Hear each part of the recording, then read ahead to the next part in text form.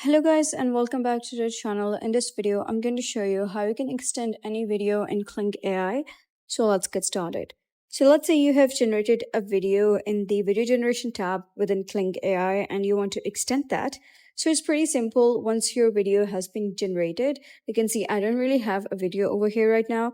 But if you have a generated video, all you need to do is click on this icon here at the bottom left corner and you'll be able to see different modes over here. So if you want 720p to shift towards 1080p, you can change that. And if you want to increase the length, that means if you want to extend the video, then you can shift it from 5 seconds to 10 seconds. And depending on your mode, it can also switch up to 2 minutes if you want to do so. So it will depend on the subscription plan you have in Kling AI, and you can just switch it to a longer extended length.